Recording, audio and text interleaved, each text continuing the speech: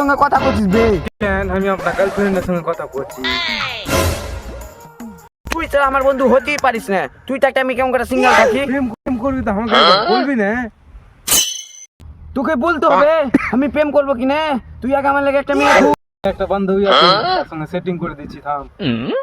নাম কি বে? খুঁটি। খুঁটি?